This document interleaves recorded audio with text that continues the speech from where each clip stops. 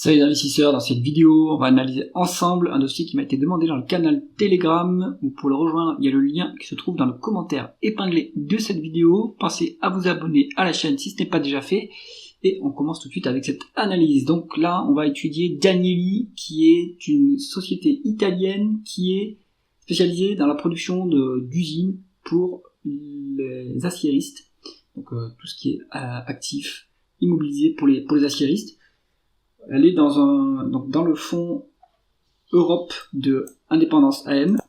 Donc ça, c'est un gage de qualité. On voit que le cours est en train de rebondir. Il y a eu une acquisition récemment, donc ça va faire monter le cours. Est-ce que c'est encore le moment de s'intéresser à cette entreprise? On va regarder ça ensemble. Alors, la croissance du chiffre d'affaires. On n'a pas encore le résultat de l'année complète. Enfin, on a le chiffre d'affaires jusqu'à...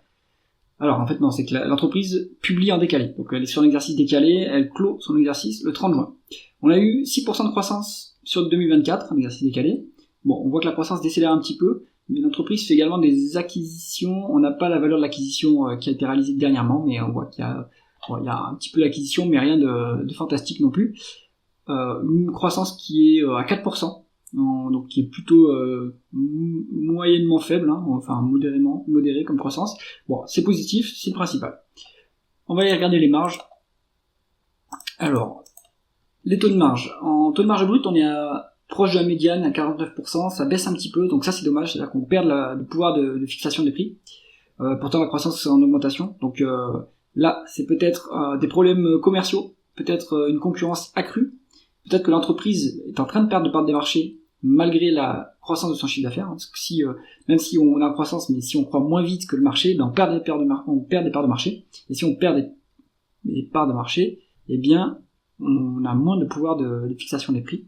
On a moins de marge en fait, puisque c'est le leader qui fixe les prix, c'est pas le suiveur. Donc le suiveur il subit les prix et comme il y a des coûts plus élevés, il a des marges plus faibles. Bon, ce qui est rassurant, c'est que le taux de marge d'EBITDA, lui, reste stable, il baisse pas comme le taux de marge brut, ce qui veut dire qu'on arrive à compenser quand même avec une meilleure efficience opérationnelle. Donc ça, c'est pas si mal. Et le taux de marge net est stable. On est à un niveau qui est, on va dire, quand même correct, hein, 5,5 pour une entreprise industrielle de la sorte. C'est pas si mal. Hein. Donc, on est sur un dossier quand même qui est bien géré, je pense. Ensuite, on va regarder... Alors j'avais regardé les bénéfices nets par rapport au free cash flow, mais on n'a pas les free cash flow. Pourquoi? Est-ce que c'est une boîte qui publie pas ses tableaux de flux de trésorerie? Ça existe. Hein. Donc ça, c'est un peu dommage. Est-ce qu'on a la market cap? Oui, 2,1 milliards d'euros de market cap. C'est quand même une mid cap assez grosse et pourtant on n'a pas les free cash flow. Donc ça, il faut aller creuser. Pourquoi? Bon, eh bien vu qu'on n'a pas la métrique, vu qu'on a les EBITDA, on va voir s'il y a de la dette. Et voilà, vu qu'il n'y a pas de dette, on va aller regarder l'entreprise en PER en fait, puisque on n'a que les bénéfices nets. Alors, d'abord, j'allais regarder le rendement des capitaux investis, mais on l'a pas non plus. Alors, est-ce que on a le rendement des fonds propres? Hop, on va voir ça. Bon, on a un rendement des fonds propres. Moi, je préfère quand même le rendement des capitaux investis, mais puisque ça peut être biaisé le rendement des fonds propres par la dette. Mais vu qu'il n'y a pas de dette, de toute façon, on peut prendre cette métrique-là. On est sur du 9,5, un rendement des fonds propres, c'est pas mal, hein, c'est correct pour une boîte européenne, c'est un niveau qui est assez qualitatif. Ensuite, on va aller regarder l'endettement du groupe. On a une dette nette, bon, du coup, on a vu qu'on était cash net. Donc ça, c'est très bien. Qu'est-ce qu'on fait du cash maintenant? Est-ce que, donc, d'une part, est-ce qu'on le place? Oui, on le place, ça nous a généré 1 milliard sur la période, donc ça c'est excellent. Pourquoi est-ce qu'ils ont autant de cash? Est-ce que c'est parce que ils sont en besoin en fonds de roulement négatif? On peut regarder ça. En effet, ils sont à BFR négatif. Donc ça c'est excellent. C'est-à-dire qu'ils font financer leur activité par leurs clients. Ils peuvent payer leurs fournisseurs bien plus tard. Donc ça génère du cash. Et ce cash, on le place en trésorerie. Ça nous donne des intérêts. Ensuite, alors j'imagine que c'est un peu comme d'autres groupes dont j'ai un portefeuille qui a un BFR négatif, Bouygues Construct, ou comme Dassault Aviation. On touche des acomptes pour réaliser les projets pour les clients. Donc c'est pas notre cash, c'est pas le cash de l'entreprise ni des actionnaires, mais c'est un cash qui peut travailler quand il est placé en trésorerie. Donc ça c'est tout à fait intéressant. Mais donc du coup il faut pas s'attendre à ce que ce cash soit rendu aux actionnaires non plus. Hein. Ensuite, donc on est cash net.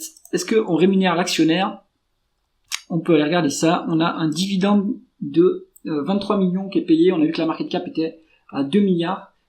Donc on est à 1% et quelques de dividendes, ce qui est pas forcément très intéressant, mais il y a des rachats d'actions mais très légers, hein, pas grand chose non plus. En rendement de l'actionnaire, on est sur du 1,1%. Voilà. Bon, on n'est pas sur Danieli pour le dividende, ça c'est sûr. Et le payout ratio, on peut y regarder à combien il se trouve. Si on a la valeur, on est sur un payout ratio de 10%. Donc en fait, ils sont assez pingres avec les actionnaires sur cette boîte.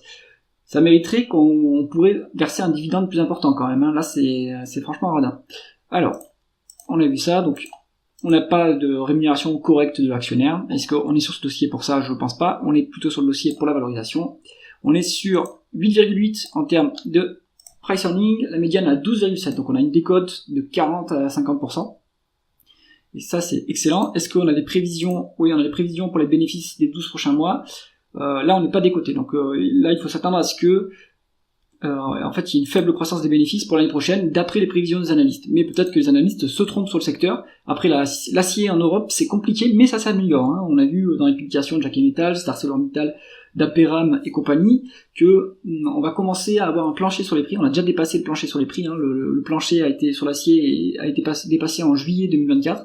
Donc, petit à petit, le secteur est en récupération, et puis on a des plans d'investissement en Europe, notamment le plan allemand, qui vont aller soutenir les prix de l'acier.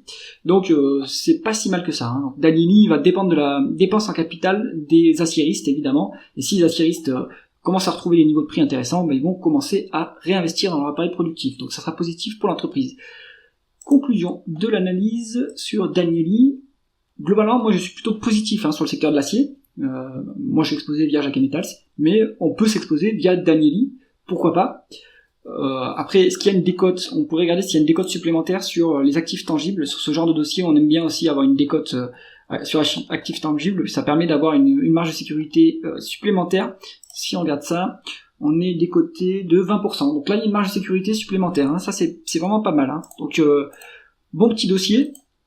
À regarder de plus près, si vous avez accès aux entreprises italiennes, aux small cap italiennes, mid cap italiennes on va dire, via votre broker, pourquoi pas, allez creuser le dossier, faites-vous votre propre avis évidemment, moi je fais pas de conseils en investissement, je donne mon avis sur les actions, et c'est tout. J'espère que cette analyse vous a intéressé, si c'est le cas, mettez un pouce vers le haut, et pensez à vous abonner à la chaîne. À bientôt.